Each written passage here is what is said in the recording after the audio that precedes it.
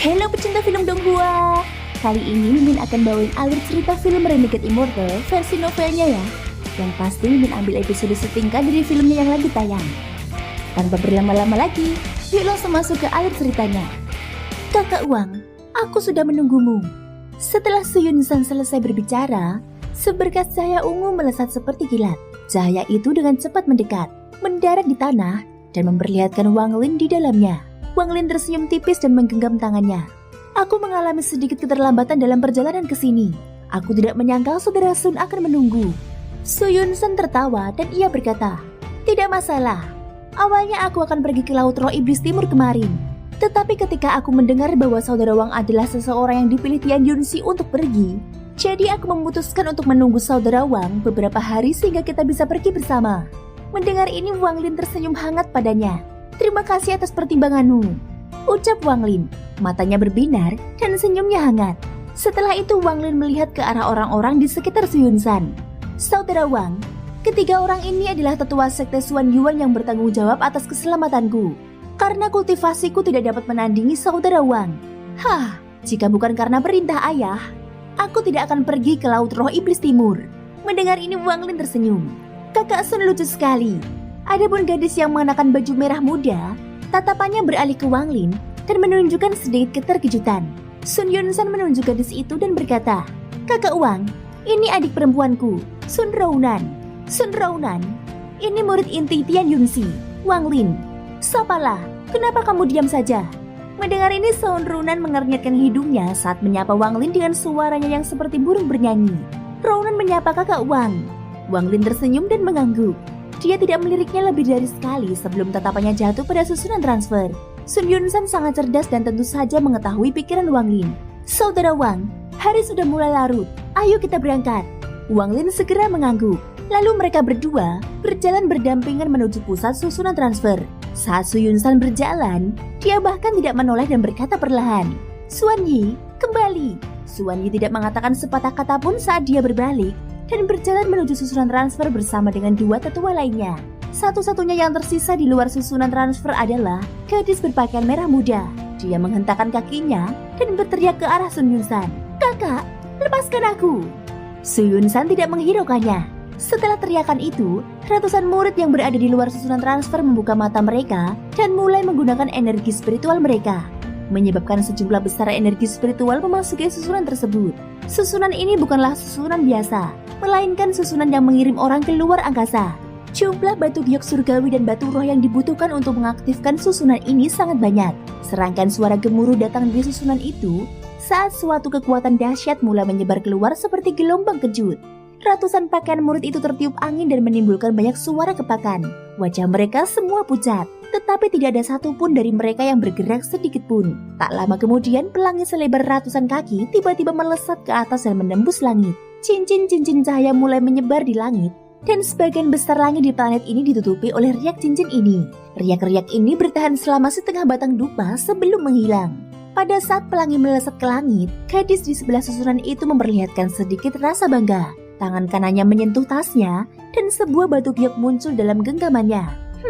Kalau kau tidak ingin aku pergi, maka aku akan mengikuti kalian diam-diam. Aku mencuri ratusan giok transfer milik ayah, dan dengan itu aku bisa ikut. Mungkin aku bahkan akan menemukan beberapa harta karun di Laut Timur. Setelah giok itu muncul di tangan Saurunan, ia melepaskan cahaya putih dan langsung mengelilingi gadis itu. Dengan kilatan cahaya putih, tubuhnya berubah menjadi untaian cahaya putih dan menyatu dengan pelangi. Pada saat ini scene diperlihatkan di sebelah timur planet Tianyun, lokasi gerbang Laut Roh Iblis Timur. Hanya tinggal 3 hari lagi sampai pembukaannya. Jumlah kultivator di sekitar telah meningkat hingga jumlah yang menakutkan. Setidaknya ada 10.000 orang di sini. Namun di antara semua kultivator ini, tidak semuanya akan masuk ke dalam. Pada hari ini hanya ada 2 hari hingga gerbang dibuka. Sejumlah besar titik cahaya muncul di kehampaan. Titik cahaya itu terlalu banyak, sehingga tampak seperti semua bintang di angkasa sedang menuju ke lokasi itu. Hanya cahaya ini yang menciptakan tekanan kuat, seakan-akan badai besar akan datang. Pada saat ini selain monster tua yang terkenal itu, ekspresi semua kultivator lainnya berubah. Bahkan putri leluhur darah, Yao Sisu, membuka matanya untuk melihat bintik-bintik cahaya keemasan yang tak berujung. Yao Sisu bergumam pelan, pedang suci. Bintik-bintik emas yang datang dari kejauhan berubah menjadi pedang kuno. Kemudian sinar energi pedang tiba-tiba mendekat, menciptakan tekanan yang kuat. Saat mereka mendekat, semua kultivator di sekitar pintu masuk Laut Roh Iblis Timur menyingkir. Pemandangan ini lebih megah dari monster-monster tua lainnya yang datang. Di antara sejumlah besar energi pedang, ada seekor binatang kilin raksasa. Pendekar pedang suci Ling Tianhao sedang duduk di kepala kilin dan matanya seterang obor. Di belakangnya terdapat 4 pedang ilusi yang berkelap-kelip, membuatnya tampak semakin ganas. Di belakangnya, ada 12 orang. Kedua-belas orang ini masing-masing memiliki pedang kuno di punggung mereka. Ada ilusi berbagai binatang buas yang keluar dari setiap pedang dan membentuk 12 binatang buas. Beberapa orang di sini mengenali 12 orang ini. Semua orang di planet Tianyun tahu bahwa pendekar suci Ling Tianhao selalu bersaing dengan Tian Yunzi. Hal ini telah berlangsung selama bertahun-tahun yang tak terhitung jumlahnya dan masih terus berlanjut. Tian Yunzi sendiri sudah berada satu kepala di atas pendekar pedang suci Ling Tianhao. Namun pendekar pedang suci Ling Tianhao tidak pernah patah semangat dan tidak pernah berhenti. Tian Yunzi memiliki 7 murid takdir surgawi dan dia melanjutkan membuat 12 pedang sekte pedang dalau. Murid 7 takdir surgawi memiliki warisan mantra surgawi, sedangkan 12 pedang memiliki roh binatang iblis yang melindungi mereka. Saat sang santo pedang tiba, sebuah celah besar seluas 50 km segera terbuka, dan di dalamnya hanya ada sang santo pedang dan 12 muridnya. Ekspresi Ling Tianhao sangat muram. Awalnya dia tidak akan datang ke sini sepagi ini, tetapi perjalanan ini sangat penting baginya. Dia menatap lautan benda-benda yang mengapung dan memperlihatkan ekspresi kenangan. Dulu ketika dia kembali ke alam surgawi, roh pedang itu mengejarnya. Yang paling mengejutkannya adalah betapa kuatnya roh pedang itu. Pada akhirnya dia memancingnya ke sini dan menggunakan mantra khusus untuk menjebaknya di dalam Laut Roh Iblis Timur.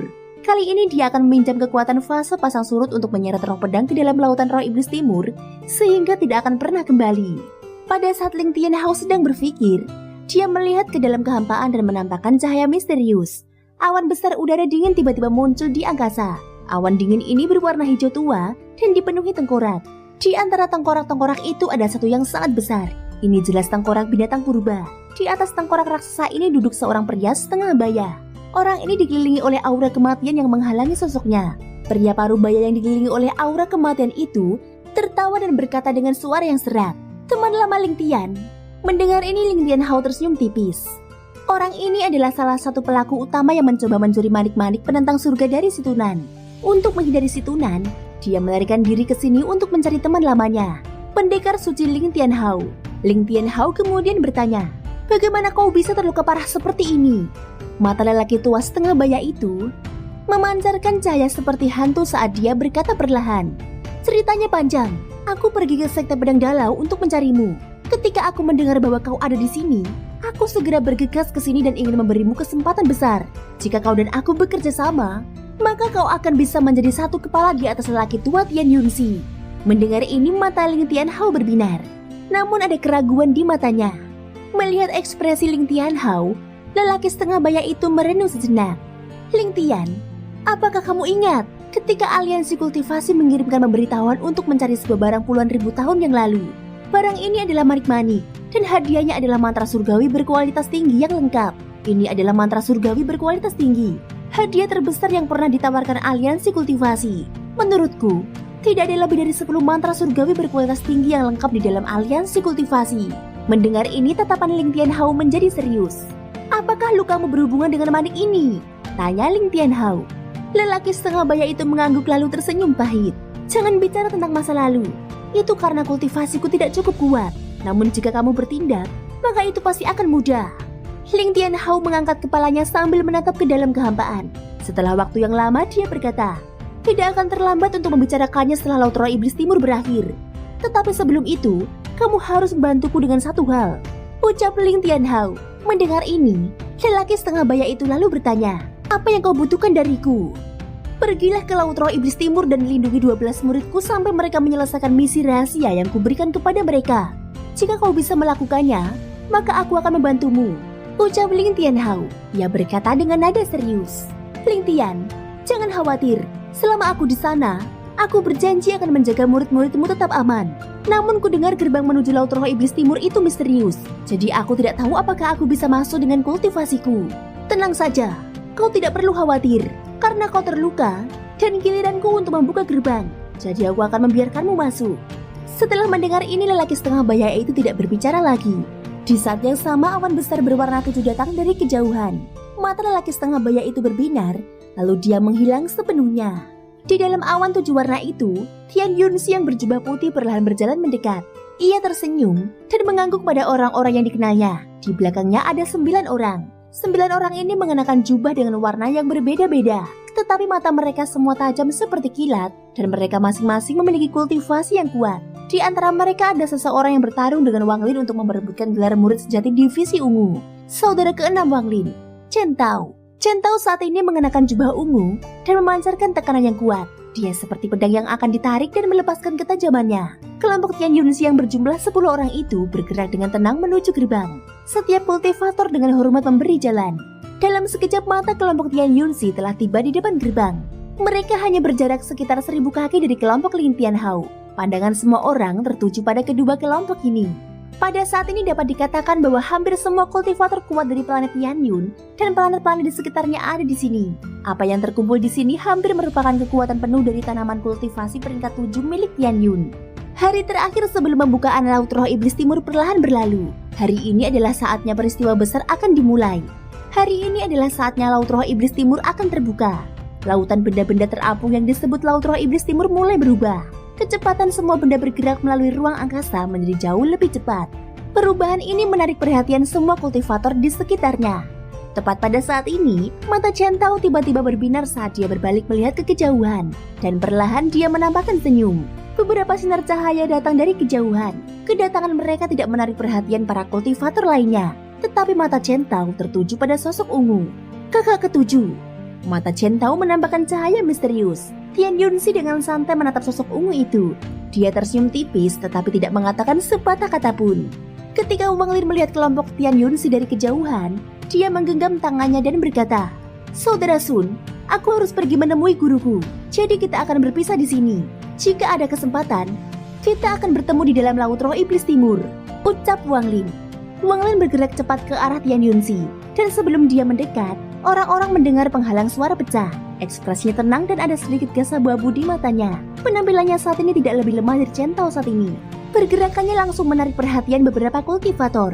Ketika mereka melihat jubah ungu dan tanda pengenalnya, beberapa kultivator yang memiliki koneksi baik langsung menebak identitasnya. Murid ke-7 divisi ungu Sekte Tajir Surgawi, Wang Lin. Yao Sisu yang sedang duduk di atas batu giok merah raksasa membuka matanya untuk melihat Wang Lin. Setelah melirik beberapa kali, dia menarik kembali pandangannya. Yao Sisu diam-diam berpikir, aku tidak tahu mengapa ayah memintaku untuk memberi perhatian ekstra kepada Wang Lin ini. Kultivasi orang ini biasa saja, dan sepertinya tidak ada yang menonjol darinya. Gumam Yao Sisu di dalam hatinya. Pada saat itu Wang Lin terbang lurus ke depan, dan tiba di hadapan Tian Yunxi. Dia memberi hormat kepada Tian Yunxi. Tian Yunxi tersenyum dan menyuruh Wang Lin untuk berdiri di belakangnya. Wang Lin mengangguk sebagai jawaban. Lalu dia berdiri di belakang Tian Yunxi dan membentuk barisan bersama 9 murid lainnya. Tatapan mata ke-9 murid itu tertuju pada Wang Lin, kecuali Chen Tao, yang matanya mengandung sedikit cahaya misterius. Tatapan mata semua orang tidak memiliki emosi, seolah-olah mereka sedang melihat orang asing. Wang Lin tidak memperhatikan dengan seksama ke-9 orang ini. Dia melirik sekilas dan tahu bahwa ada 3 wanita dan 6 pria. Di jarak 1000 kaki jauhnya dari Wang Lin, Lin Tianhao menatap Wang Lin dengan tatapan serius. Tepat pada saat ini terdengar suara gemuruh lembut dari laut timur. Suara gemuruh ini seperti melempar batu ke kolam yang tenang, menciptakan gelombang riak. Semua kultivator terfokus pada lautan benda yang mengambang, dan seluruh area menjadi sunyi. Fase pasang surut Laut Roh Iblis Timur dimulai. Saat laut mulai bergerak lebih cepat, suara gemuruh semakin keras. Seluruh lautan benda-benda yang mengapung itu menggelembung seperti lava. Semua benda itu bergerak-gerak seperti hantu kuno yang berusaha melarikan diri dari penjara mereka. Suara gemuruh itu telah menyebar ke seluruh ruang yang tak berujung. Suara ini begitu keras sehingga bergema tanpa henti di dalam telinga para kultivator di sekitarnya. Mata Wang Lin menjadi serius saat dia menatap lautan benda mengambang yang tak berujung. Thank you guys sudah mendengarkan ceritaku di episode kali ini sampai akhir. Ikutin terus kelanjutan episode berikutnya ya. Semoga hari kalian menyenangkan. Sampai jumpa dan bye-bye.